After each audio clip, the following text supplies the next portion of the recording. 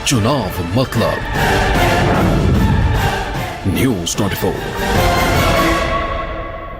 DPAP यानी democratic progressive आजाद party के chairman Ghulam Nabi Azad साहब हमारे साथ, इनसे बातचीत करते हैं। आजाद साहब, किन मुद्दों को लेकर आप जनता के बीच आ रहे हैं? हमारे सामने जो मुद्दा है, नेशनल कॉन्फ्रेंस और कांग्रेस लड़ रही, वही मुद्दा। ये बीजेपी है, ये है अभी हम आजादी दिलाएंगे, अभी हम तुमको ये क्या कहते हैं, ऑटोनॉमी दिलाएंगे, और लोगों को, लाखों लोगों को मरवाते हैं। अपना कोई नहीं बुझाता, उनका खुद का कोई नुकसान नहीं होता। लोग, गरीब लोगों के बच्चे, और जब हुकूमत में आते हैं न ऑटोनॉमी की बात करते हैं, न आजादी की बात करते हैं, न खुद मुख्तियारी की बात करते हैं। उस वक्त ऐश करते हैं। जो ही इलेक्शन आ गया तो ये तमाम मुद्दे उठाते हैं, लोगों को बेवकूफ बनाते हैं, और इससे नफरत भी पैदा होती है। तो आज लाखों जो लोग हमारे, कई लोग कहते हैं 1 लाख मारे गए, 1.5 लाख मारे गए, वो किसके नारे से? गुलाम नबी आजाद ने कभी नारा दिया अलगाववाद का? इन्हीं रूलिंग पार्टी वालों ने दिए, और फिर बेवकूफी लोगों को बताए। 370 खत्म हुआ तो मैंने राज्यसभा में बोला, लोकसभा में 3 थे, उन्होंने ऑब्जेक्शन तक भी नहीं की, लेकिन सबसे पहले उन्होंने कहा कि हम 370 मुद्दा बनाओ। अरे जहां बिल पास हो रहा था वहां तो तुम खड़े भी नहीं हुए, वहां तो लड़ाई हमने लड़ी। किस मुंह से जाते हो लोगों के पास कि 370 खत्म किया, स्टेटहुड खत्म की? स्टेटहुड पे मैंने 5 भाषण किए, और तब तक मैंने छोड़ा नहीं जब तक एचएम और पीएम से मनवाया नहीं स्टेटहुड देंगे। उनकी एक स्टेटहुड पे ये किसी पार्लियामेंट में आवाज नहीं उठी है। तो मेरे कहने का मतलब, इनकी सूखे नारे, और फिर लोग सूखे उस नारों में।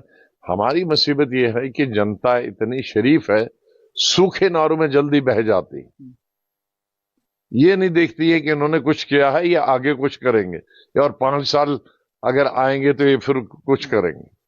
तो इसलिए मैं गुजारिश करता हूं लोगों से, हिंदू मुसलमानों से, ये सपने मत देखें। इतनी दफा 75 साल से इतने धोखे खाए, इतने धोखे खाए, फिर धोखे खाने की आदत बन गई है। तो हमारा यह है कि पार्लियामेंट भी इसीलिए लड़ रहे हैं ताकि कोई आवाज आए। अभी स्टेटहुड की बात कर दी, कब दे? उसके लिए कोई एनसी वाले जाएंगे, कांग्रेस वाले जाएंगे, फिर लेट जाएंगे, बोलेंगे, क्योंकि सबके केसेस हैं, एनसी के भी केसेस हैं, बीजेपी केसेस हैं। एक दिखाएंगे ईडी वाला तो घर बैठ जाएंगे। गुलाम नबी आजाद का कोई मक्खी भर भी केस नहीं। गुलाम नबी आजाद नहीं डरता है पार्लियामेंट में बोलने के लिए, ये डरते हैं। आप देखो ना, करने, मैं नाम नहीं लेना चाहता हूं, सबके, कोई बेल पे है, कोई और है, तो खाली रात को दिखाना है। चुप रहोगे कि ये गुलाम नबी आजाद को कोई दिखाने वाला नहीं, कुछ किया ही नहीं है अभी तक। मैं, लोग कहते हैं सरकारी बंगले में, तो सड़क पे तो नहीं बैठे हूं, तुम्हारे लिए तरह पैसे तो नहीं बनाए हैं कि कोठियां यहां से लंदन तक बनाई है। मेरी तो घर नहीं बनाया, श्रीनगर में ससुराल के रहता हूं। उन्होंने घर 30-40 साल पहले बनाया दिया था, वो इतना सा 2-3 कमरे का है, उसमें मेरी आज की डिमांड सिक्योरिटी से पूरी नहीं होती है। तो यानी आपने अपने लिए कुछ नहीं किया, आपने जनता के लिए ही किया? जनता के लिए हम पब्लिक रिप्रेजेंटेटिव होता ही जनता के लिए। आजाद साहब, चुनाव रैली की आपने बात की, आप खुद चुनाव लड़ रहे हैं अनंतनाग राजौरी सीट से। मैंने अभी डिसाइड किया है, मैंने बताया है कि मैं, हमारी साथियों ने अनाउंस किया, उसका मैं स्वागत करता हूं।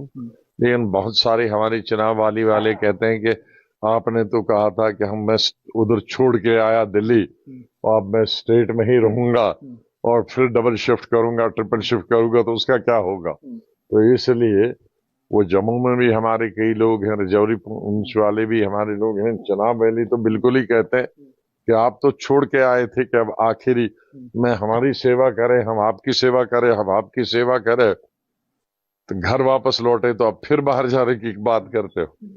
तो इसलिए उस पर विचार होगा। अभी 17 तक तो जी जी 17 तक तो 16-17 तक तो मैं इधर ही हूँ चुनाव वैली में। उसके बाद 2-3 दिन है। क्या ये माना जाए कि अभी जो है आप चुनाव नहीं लड़ रहे हैं अनंतनाग जो? अभी मैं ये नहीं कहूंगा, मैंने यही एक कहा था, उसने सब में लगा दिया और सब चुनाव नहीं लड़े। मैंने कहा 16 तक मेरी इधर ही कैंपेन है। अभी 6 दिन है, 12, 13, 14, 15, 16 5 दिन। तो पहले ये 5 दिन तो इधर कंप्लीट करो, उसके बाद सोचूंगा। चलो मान लेते हैं कि अगर आप वहां से लड़ते हैं, क्योंकि जैसे आप बोल रहे हैं कि आपके साथी नहीं जाना देते आपको, अगर लड़ते हैं तो मुकाबला वो कितना चुनौतियों से भरा होगा, और यहां पर चुनौती कितनी ज्यादा ही सीट पर भी? सियासत चुनौती है, जिंदगी ही पूरी जिस दिन पैदा होता है मरने तक चुनौती चुनौती।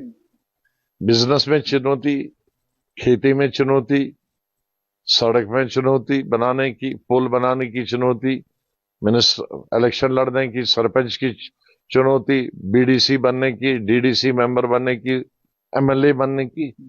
तो जिंदगी में जब इंसान पैदा होता है मरने तक सिर्फ चुनौती है।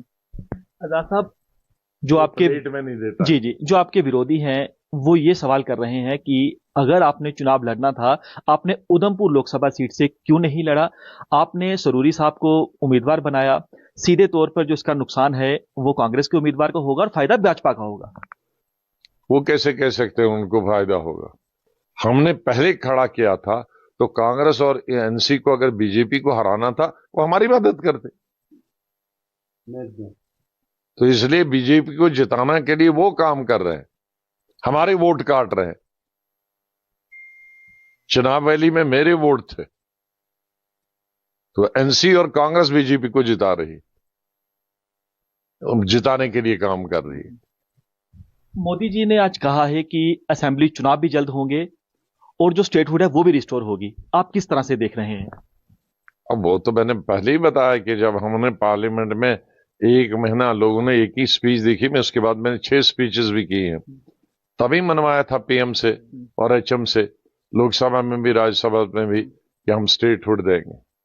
बाद में मैं और भी लड़ता रहा कि भाई पहले इलेक्शन करो फिर स्टेट, वो उन्होंने नहीं माना। तो ये तभी माना है। और इलेक्शन का तो हम इंतजार 10 साल से कर रहे हैं, 8 साल से कर रहे हैं, और सुप्रीम कोर्ट ने कहा है सितंबर तक करना, तो इसलिए सितंबर तो करना ही पड़ेगा। तो पीएम ने जो बताया वो ठीक बताया।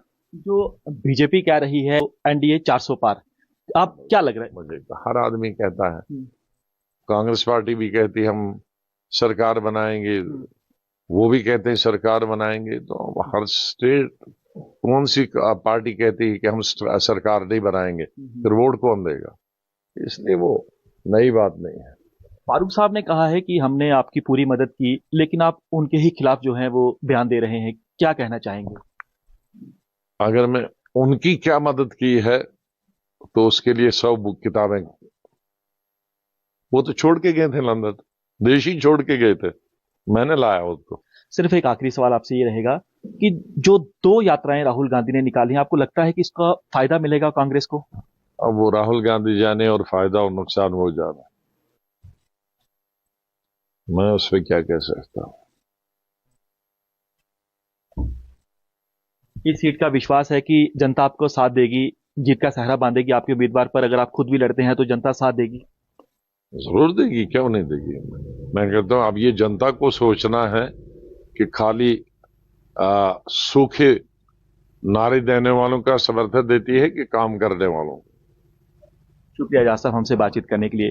तो ये थे डीपीएपी के चेयरमैन गुलाम नबी आजाद साहब, जो बता रहे हैं कि हमने जनता की सेवा की है और हम जनता के बीच जा रहे हैं।